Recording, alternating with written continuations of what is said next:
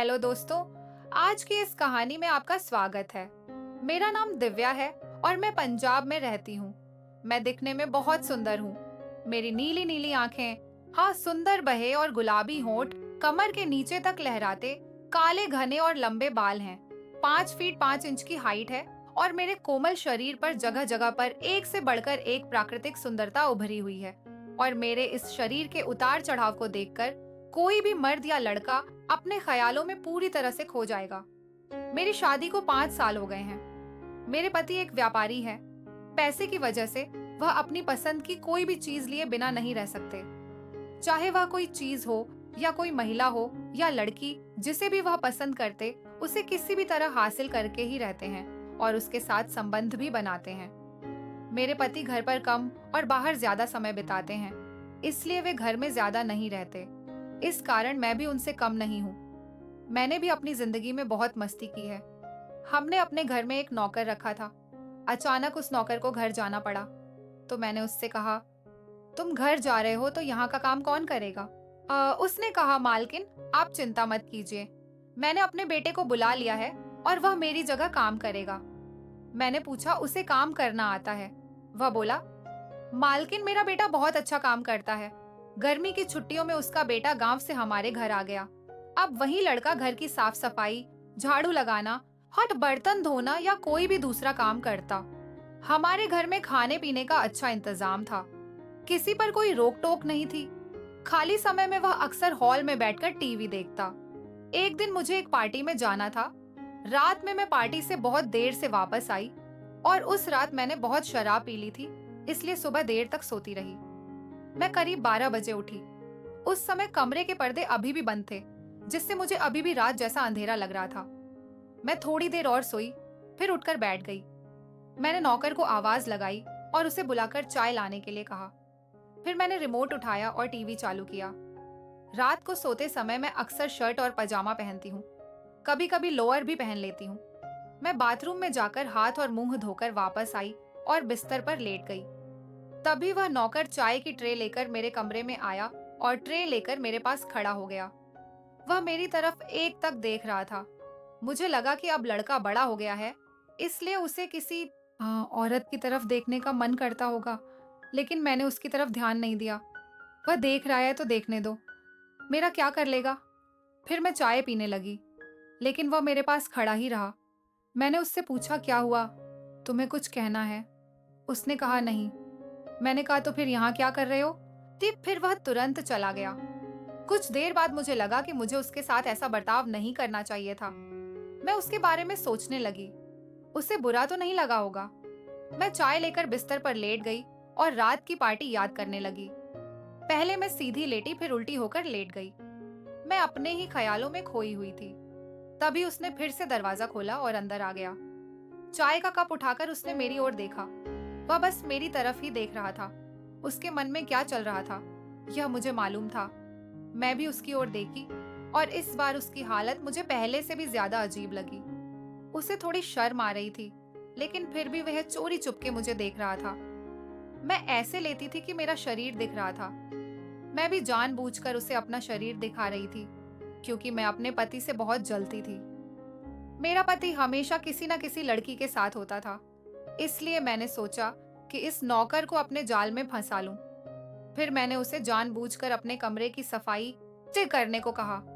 उसने कहा, मालकिन मैंने पहले ही सफाई कर दी है। मैंने उसे चिढ़ाते हुए कहा, क्या तुम सच में सफाई कर दिए हो? मैंने मजे लेते हुए कहा, तुमने सफाई कहाँ की है? यहाँ इतनी धूल दिख रही है, वापस जाओ और फिर से सफाई करो। फिर वह चला गया और कुछ देर बाद सफाई का सामान लेकर वापस आया और कमरे का फर्नीचर साफ करने लगा। मैं टीवी देख रही थी, लेकिन मेरा पूरा ध्यान उसी की तरफ था। मैं ये जानना चाहती थी कि उसके मन में क्या चल रहा है, वह मेरी तरफ क्यों देख रहा है।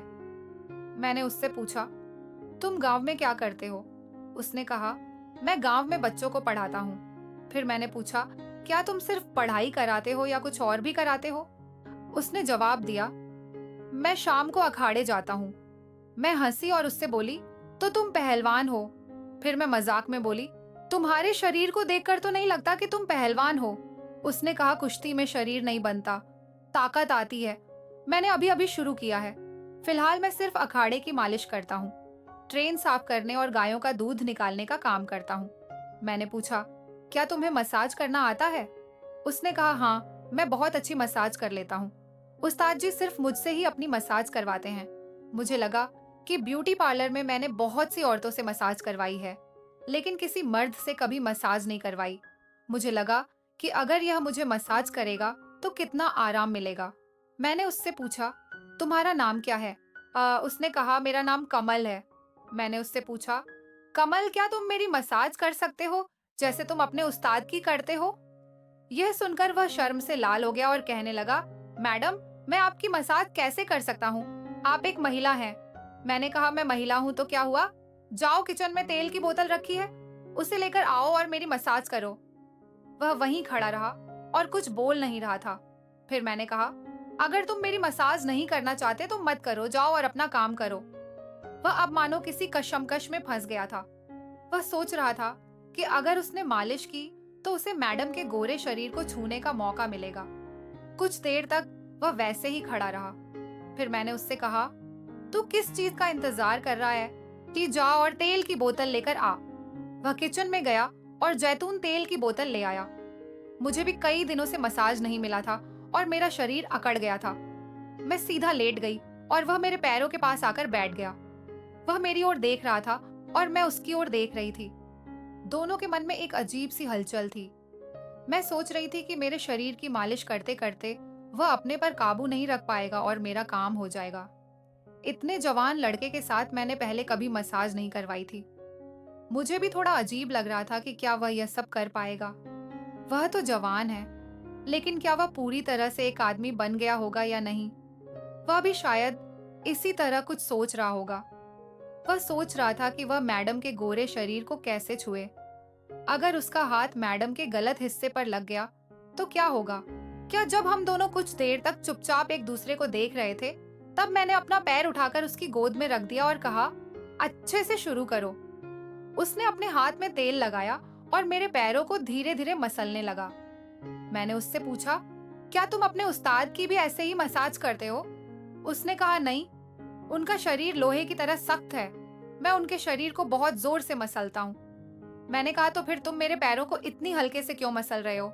उसने कहा, आप एक औरत है और आपका शरीर पहले से ही बहुत नरम है, इसलिए मैं धीरे धीरे मालिश कर रहा हूँ। फिर मैं हंसी और बोली, मुझे भी जोर से मसाज करो।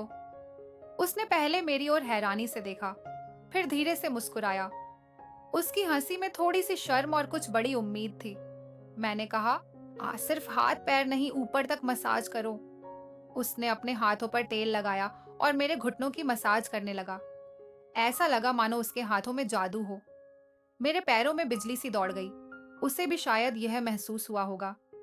फिर मैंने अपना दूसरा पैर उसके सामने रख दिया। उसने वहां भी घुटनों तक तेल लगाया। फिर मैंने उससे कहा, क्या तुम बस घुटनों तक ही तेल लगाओगे, आगे नहीं जाओगे? फिर उसने अपने हाथों पर तेल लगाया और मेरी जांघों की मालिश करने लगा। जैसे ही वह मेरी जांघ की मालिश करता है, उसके हाथ मेरे संवेदनशील हिस्सों को भी छू रहे थे। जब उसने उन हिस्सों को मसाज करना शुरू किया तो उसके कांपते हाथ मुझे साफ महसूस हो रहे थे। वह बहुत डरते हुए ऊपर की ओर बढ़ रहा था।